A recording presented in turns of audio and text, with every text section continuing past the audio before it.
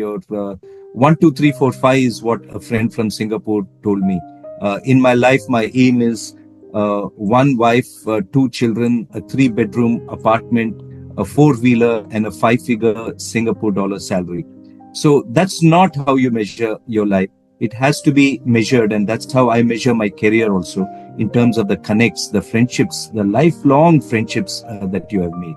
You would lead beyond the classroom, beyond the structure of the organization, a personal connect with person, and you live lifelong.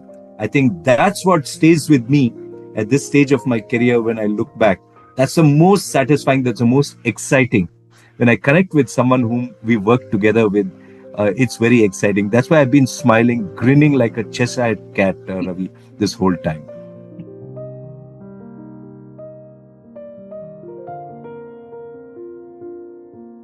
Talking the whole day in a workshop, there's something wrong, because you've got to make the workshop highly interactive, and you have to design it in such a way that you do less talking, and actually you join them in the learning discovery. So that's how a workshop should be designed. I also have been very insistent, Ravi, in when people say leadership development should happen, it should not be event based, but it should be process based. John Maxwell talks about that very thing. Learning can never be an event, it has to be a process. So when you're designing leadership development, don't think in terms of a one-day workshop or something, because that's all they can spare. And I've had people telling me, saying, I can't spare them for more than 8 hours. Do your magic within those 8 hours. And I say, sorry, that can't be done. It is a journey, you know. And as the journey progresses, you should design it in such a way that the initiative moves a lot from what you are doing to a lot more of what the participants are doing. How magical it would be by the end of the journey that you are seated and the participants are presenting, you know. So that's how it should move. And that's where, even though you may be exhausted, it's not for the wrong reasons. You're exhausted because of the excitement. That's a good exhaustion. You're exhausted because you're all agog with all the fantastic learning that's going on in the room. That's a good excitement.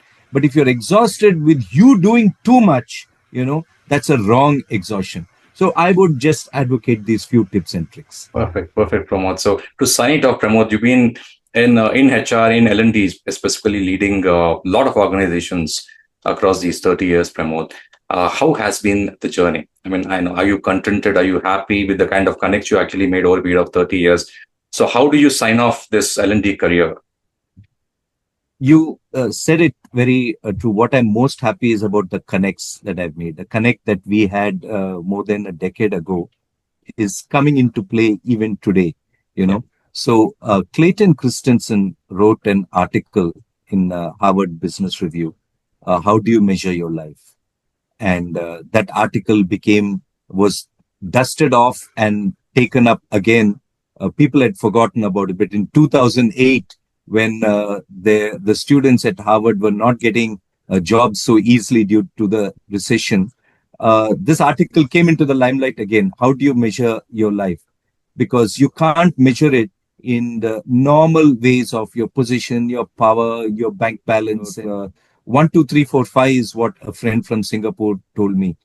In my life, my aim is one wife, two children, a three-bedroom apartment, a four-wheeler, and a five-figure Singapore dollar salary. So that's not how you measure your life. It has to be measured, and that's how I measure my career also, in terms of the connects, the friendships, the lifelong friendships that you have made. You would lead beyond the classroom, beyond the structure of the organization, a personal connect with person, and you live lifelong. I think that's what stays with me at this stage of my career. When I look back, that's the most satisfying, that's the most exciting. When I connect with someone whom we work together with, it's very exciting. That's why I've been smiling, grinning like a Cheshire cat, Ravi, this whole time. Thank you so much, Pramod. I think very relaxing podcast. I mean, doing podcast almost on a daily basis, right? This is one of which where it's as if I'm talking to myself, so I'm as relaxed as that. So that's what should I say?